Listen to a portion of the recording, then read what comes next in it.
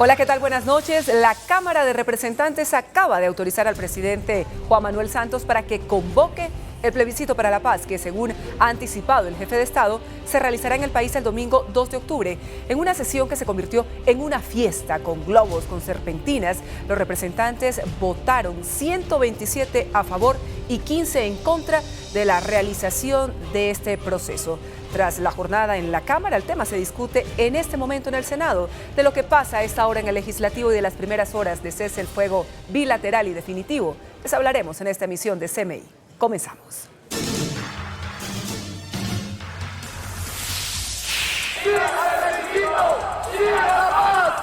Cámara aprueba realización de plebiscito por la paz. Senado vota a esta hora autorización para el plebiscito. Si no muere un colombiano más por cuenta de la guerra, habrá valido la pena todo este esfuerzo. Negociadores de paz presentan balance de cese del fuego. Aquí no estamos improvisando. Comandante de las fuerzas militares explica reglas que rigen el cese del fuego. Así recibieron las FARC la orden de cesar hostilidades. Juzgados trabajan a media marcha por recorte de gastos. Cargos a 15 EPS y 2 exfuncionarios por millonario fraude a la salud. Economía crece 2% en segundo trimestre del año. Dilma Rousseff presenta su defensa ante el Senado del Brasil. Nairo Quintana retoma liderazgo de la Vuelta a España. Primer entrenamiento de la Selección Colombia en Barranquilla.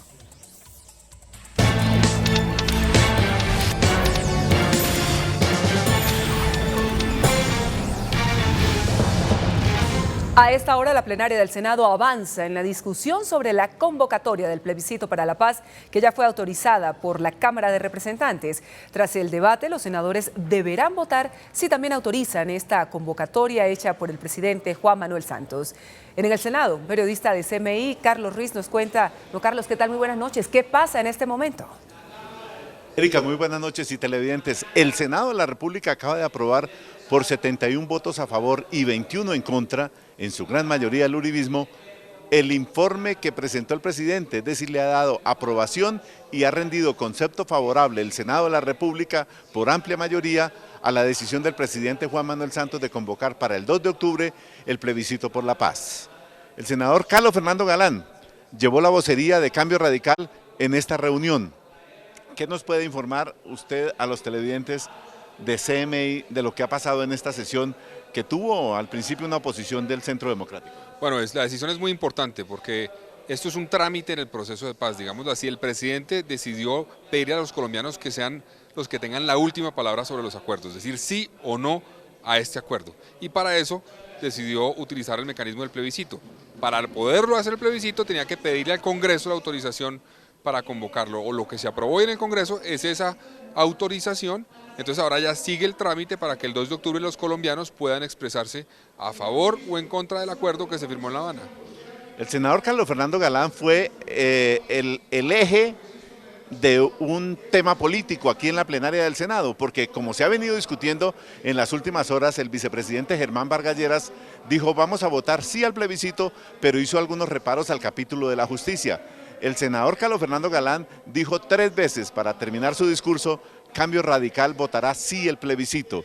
Cambio Radical votará sí el plebiscito. ¿Por qué esa advertencia? Es que no queremos que le quede ninguna duda a los colombianos de que Cambio Radical apoya el proceso y va a votar sí.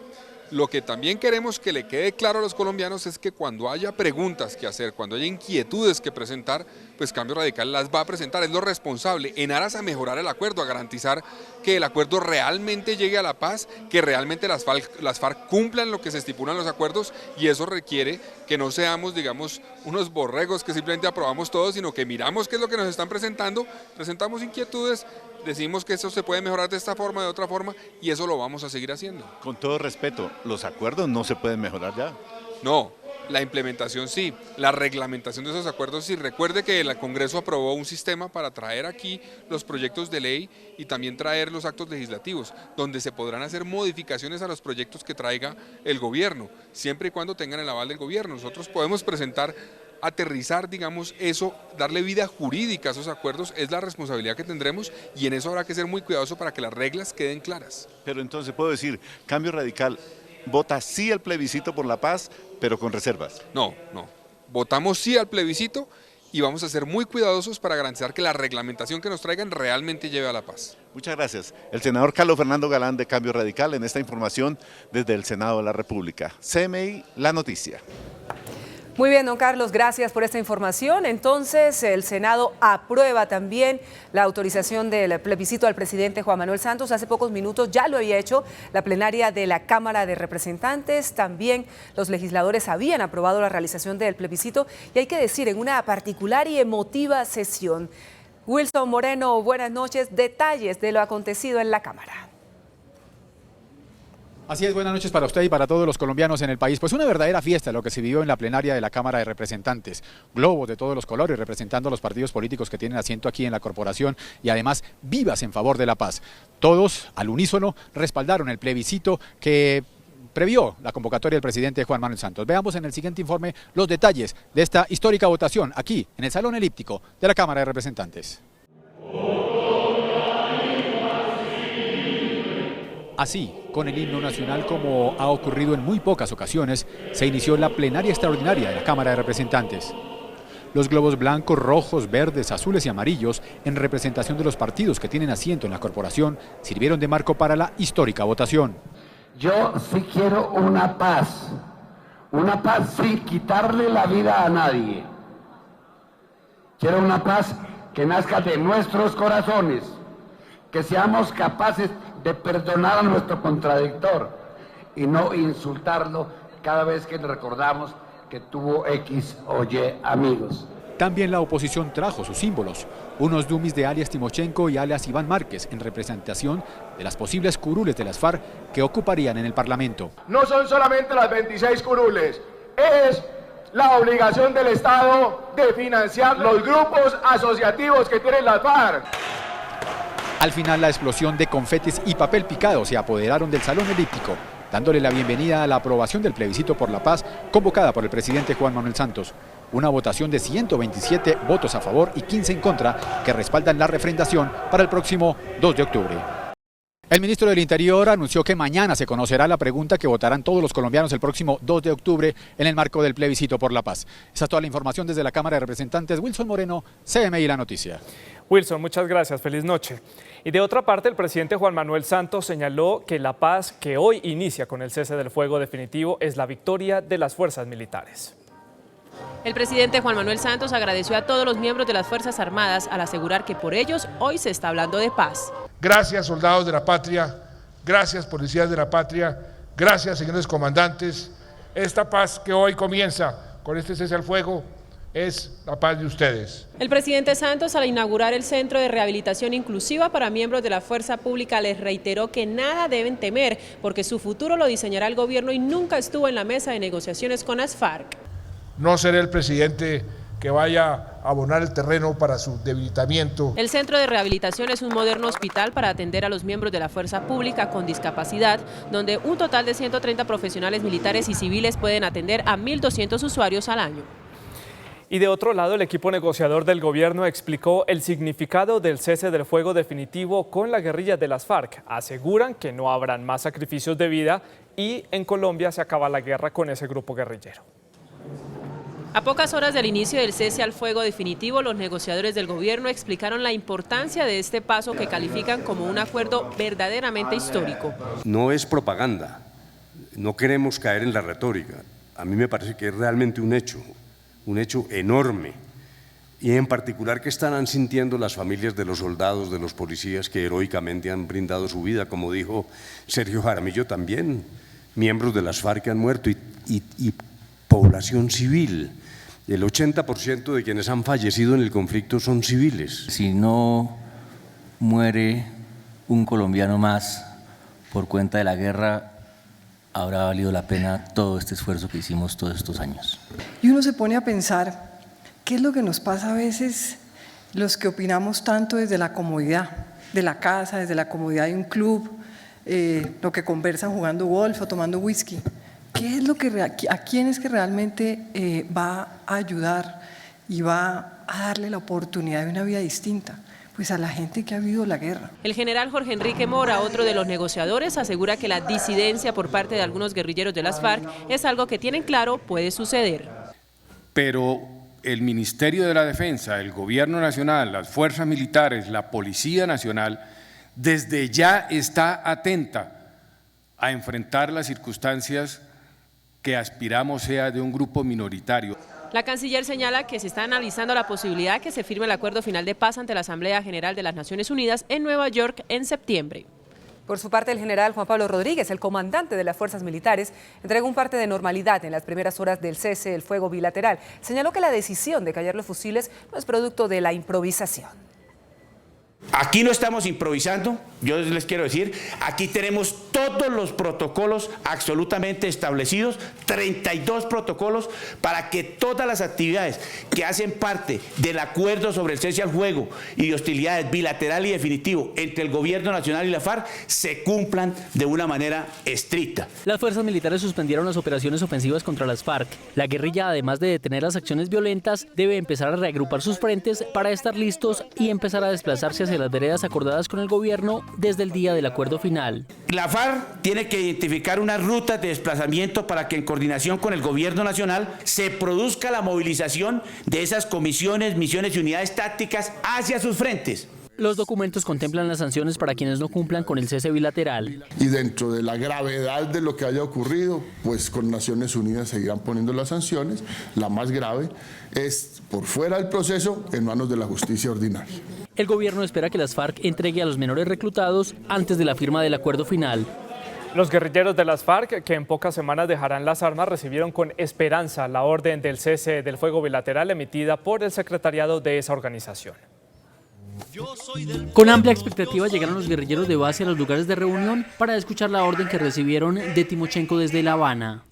Lo recibimos con mucho optimismo porque es importante para nosotros y puedo decir todo el pueblo en que se termina el conflicto, se termina la guerra, se termina el derramamiento de sangre. Sabemos que con este trabajo que ha hecho nuestra delegación, las guerrilleras podemos participar en la vida política. Estos guerrilleros permanecerán en estos lugares con sus armas, esperando la orden para movilizarse hacia las zonas de ubicación temporal.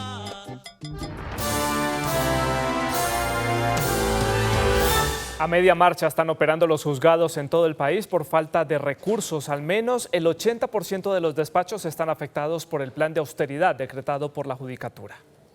La falta de recursos se registra con mayor agudeza en Ibagué y en Bogotá, donde los despachos judiciales trabajan sin tinta, sin lapiceros y sin hojas. Al menos el 80%, según los funcionarios de los despachos judiciales, están afectados en todo el país. Sin recursos no hay justicia. Sin recursos no hay justicia. La crisis, según los funcionarios, se ha agudizado desde junio de este año. La Judicatura argumenta que no tiene presupuesto. Hemos tenido que hacer impresiones en letra disminuida, hacer impresiones a 2 hojas, incluso por ambos lados. No podemos hacer los traslados de las demandas de tutela completa.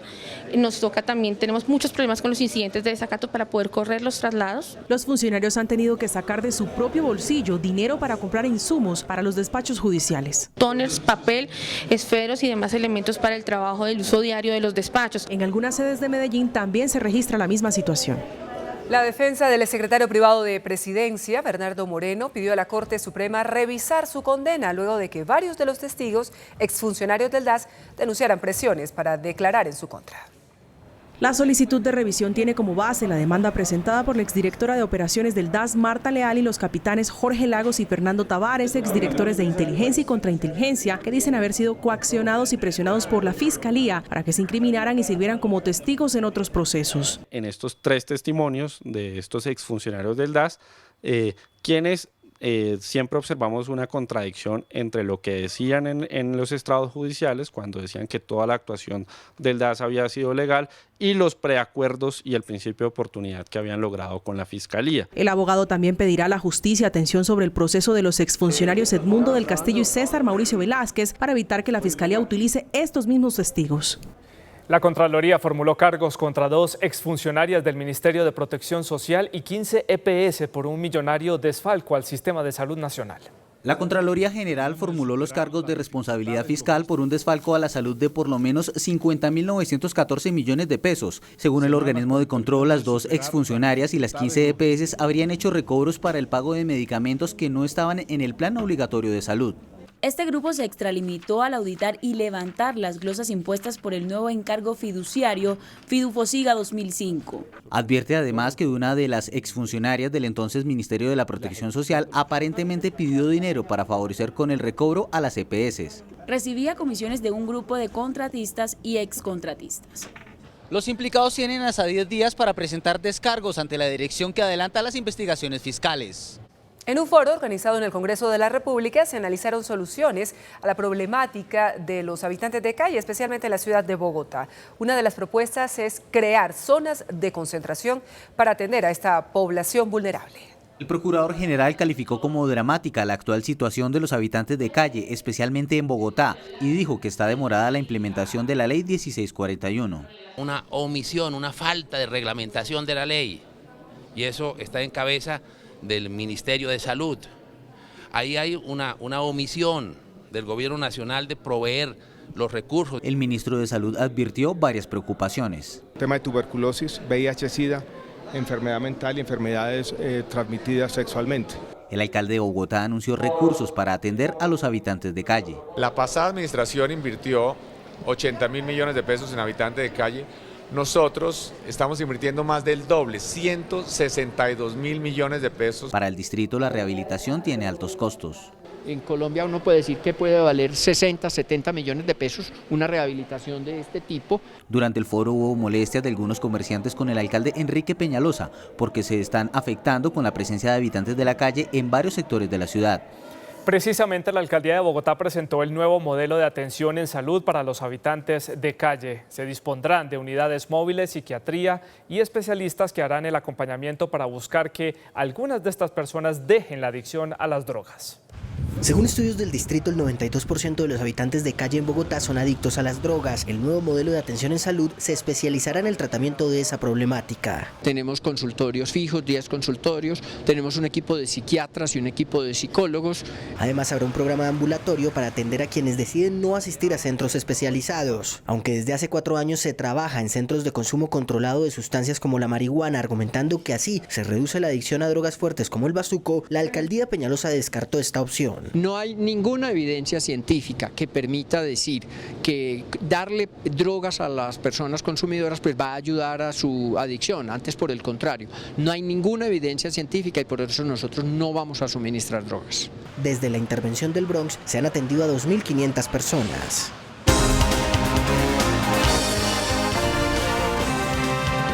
El director del DANE, Mauricio Perfetti, reveló que el crecimiento de la economía colombiana en el segundo trimestre alcanzó el 2%, esto impulsado principalmente por la actividad industrial. La economía colombiana creció 2% en el segundo trimestre del año, lo que significó una desaceleración con respecto al mismo periodo del año pasado, cuando se ubicó en el 3,1%. La menor dinámica responde a la caída de los sectores de minería e hidrocarburos, además de una desaceleración en la construcción. Ese reacomodamiento se viene dando. Esos reacomodamientos pues no son inmediatos obviamente. En el primer semestre también se presentó una desaceleración donde la economía bajó al 2,3%. El superintendente de Sociedades, Francisco Reyes, anunció la recuperación de $7,5 millones del llamado Fondo Premium en liquidación. Después de 3 años, la Superintendencia de Sociedades recuperó $7,6 millones que estaban en manos del Banco Central de Curazao y que tendrán como fin reparar a las víctimas del Fondo Premium. Los recursos serán entregados únicamente a quienes fueron designados como beneficiarios por el banco de ese país. Se ha logrado repatriar a Colombia, recuperar la suma de $7,6 millones que desde hacía ya varios años estaban en poder del Banco Central de Curazao a partir de la intervención. Con esta entrega ya son más de $75,000 millones devueltos a los afectados por la captación ilegal de dicha entidad. Y el precio del dólar comienza la semana al alza. Indicadores económicos del día en CMI 7 PM.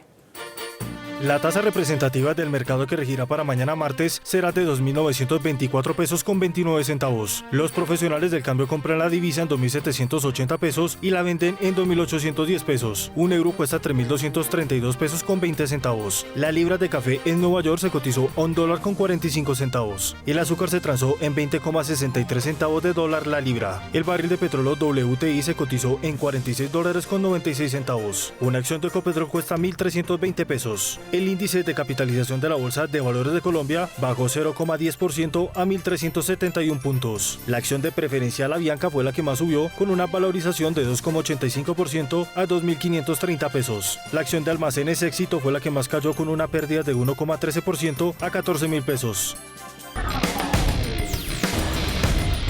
A propósito del Día del Gamer, que en algunos países hispanos se celebra hoy, lo que van a ver a continuación es un vistazo a la magnitud de la industria de los videojuegos y 2 recomendaciones para evitar que a su hijo lo controle este tipo de entretenimiento. Esta industria mueve más de 83.000 millones de dólares tan solo en videojuegos digitales, según un análisis de la firma especializada Newzoo. De acuerdo con el portal médico WebMD, su uso excesivo no genera una adicción, pero sí puede producir un desorden impulsivo. Para evitarlo es importante, entre otras cosas, hacer una búsqueda web del tipo de juego que su hijo está pidiendo. Asimismo, establecer horarios y espacios para jugar, como cuando al niño se le compra un balón y no juega todo el tiempo en la casa. De la misma manera se debe definir con claridad el horario en el que jugará. Juan Camilo Díaz, del Instituto de Familia de la Universidad de La Sabana, recalca que los videojuegos no deben convertirse en su niñera electrónica. Feliz noche. Hasta aquí también las noticias. Gracias por habernos acompañado. A las 8:30 más información internacional. A las 9:30 la edición central de CM. Los espero a las 8:30. Feliz noche. Chao.